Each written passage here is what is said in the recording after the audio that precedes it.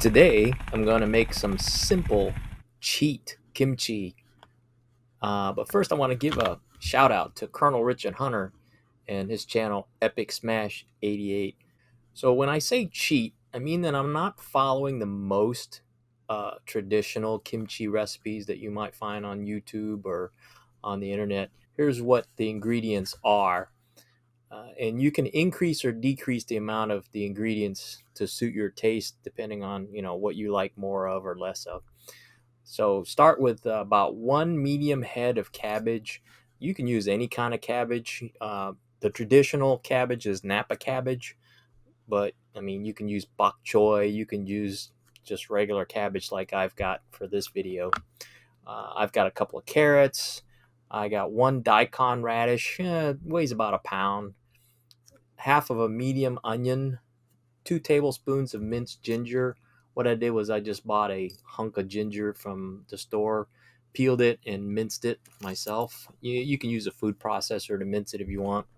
One whole clove of garlic, peeled and minced, or you can buy the jarred minced garlic. That works too. Half a cup of fish sauce. Most grocery stores will have fish sauce in their international food aisle, or if you have an Asian store near you, you can get some there. And I think maybe Amazon might have it too. Half a cup of sugar, half a cup of pepper flakes. You can get that at the Asian store, or Amazon also has it.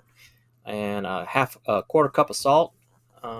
You can add some green onions if you want, usually like a bunch from the grocery store. I just didn't have any on hand. You can also add minced pear or minced apple if you want. You can add applesauce or pear sauce or whatever. That's in some recipes.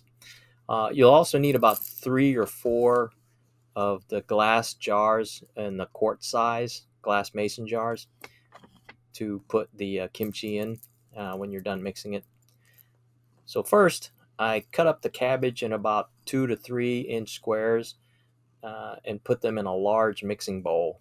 In my case, I just use regular old cabbage. The traditional recipes call for Napa cabbage, as I said, but next I sprinkle salt over the cabbage and then mix it around a little bit. And then, or you can add the salt as you cut the cabbage, just put a little sprinkle on there. But for me, it was easier just to cut the cabbage first and then sprinkle the salt and mix it in later. And after you get all the salt mixed in, add about a cup or 2 cups of water just to bring like the water level about halfway up from where the cabbage is.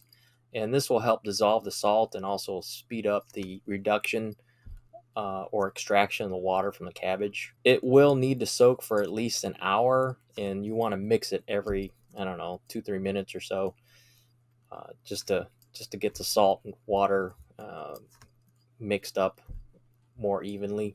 Then you want to let it sit for a while and start mincing and chopping up the rest of the ingredients. So for me, the garlic, I peeled it and I minced it up. You want about 2 tablespoons worth of it, 3-4 tablespoons, whatever, but you do want a decent amount of minced ginger. And then for the garlic, same thing. You want to peel it, cut the covers off, the paper layer off the garlic, and then mince it. Then for the carrots, I peeled the outside and I cut them into long, thin slices.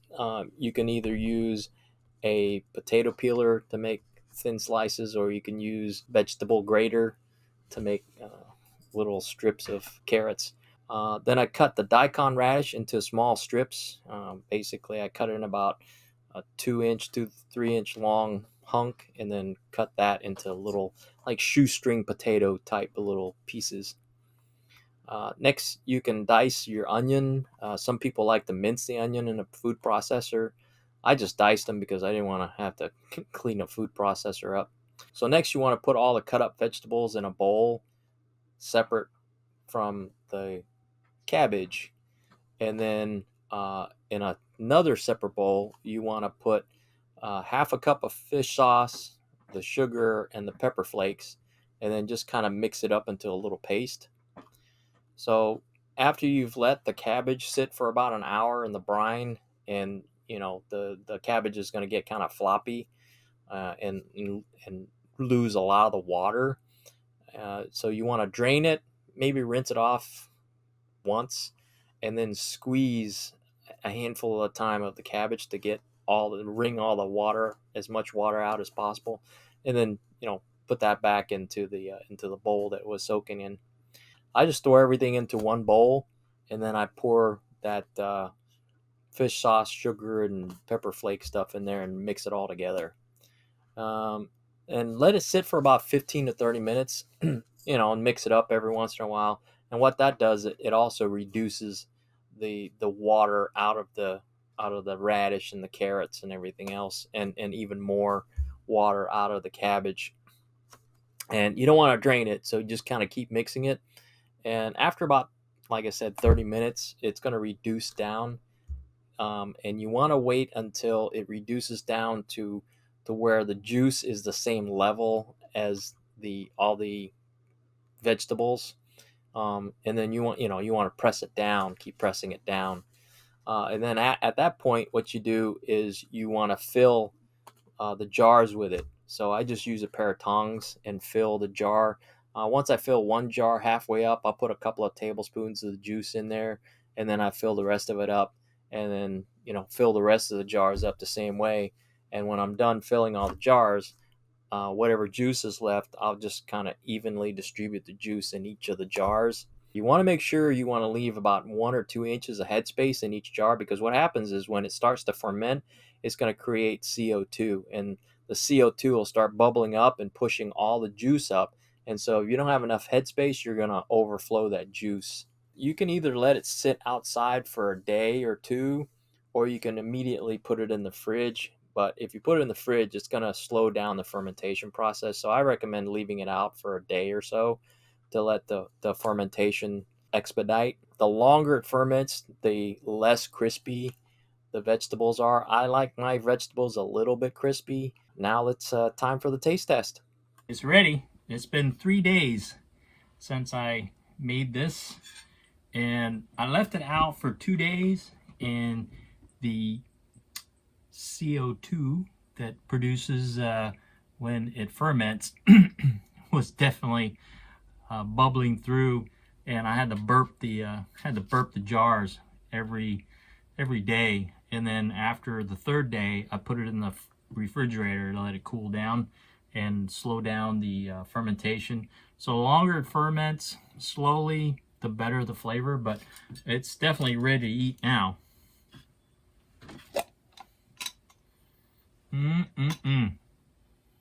Oh yeah, it smells just like real kimchi. And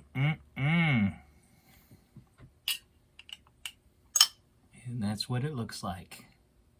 So you got your carrot, you got your daikon radish, and you got your cabbage. Cheers.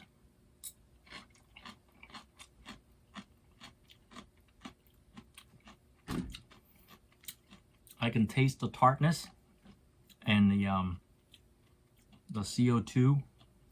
I don't know. It's the fizziness of the CO2 in there. And it's so easy to make. So easy to make.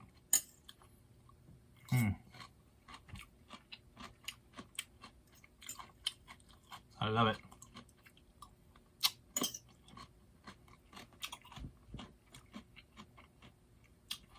So try it out if you want to make your own kimchi. You don't have to follow the old traditional methods and ingredients and stuff. For the most part, I would say 90% of the ingredients you want to follow, but kimchi is like pizza. It's whatever you have, vegetable wise, you want to put in there, put it in there. But the basic ingredients are the cabbage, the carrots, the onions, ginger, and garlic. Other than that, whatever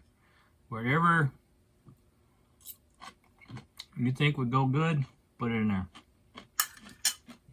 That deserves a high cowbell.